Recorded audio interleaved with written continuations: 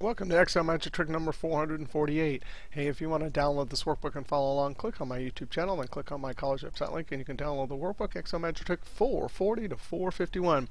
Hey, in Trick 448, we want to see something, how to use the offset function to avoid the reference error. Equals this cell right here. But what happens if you delete this row? Right-click, delete.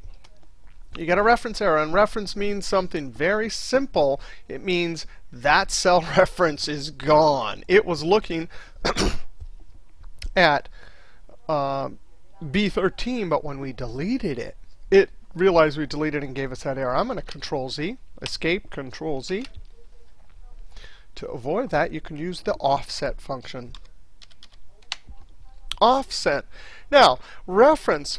I'm always going to be sitting in the cell. This is one of the few functions you can put B2, which is the actual cell the function is sitting in, and not get a circular reference. Right? The reference, that's the starting point. That means from this cell, comma, how many rows do I want to look down? I'm going to click 11 here. You could type it in. It'll look 11 down now. That way, when you delete it, it doesn't care because it's not looking at the cell reference. It's always looking 11 down. Comma, how many columns do you want to jump over? So remember, starting point, we jumped down 11. But now how many columns? We don't want any 0. Comma, the height, it's 1 by 1. So I put height is 1, comma, width is 1.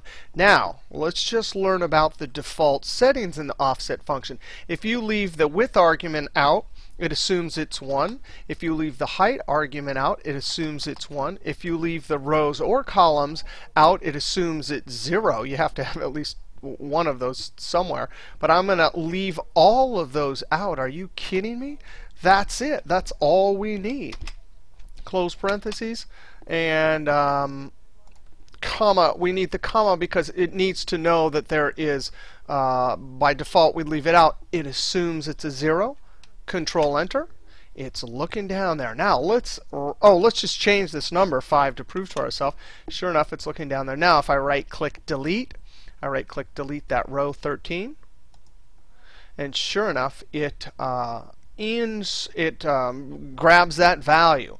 So there you go. And you can use similar tricks for ranges of value too. Right? If you had a whole range and you had a sum function looking at it and you were deleting stuff, and you could do that also. But there you go. Looking 11 rows down, no matter how many of those rows we delete. All right. See you next trick.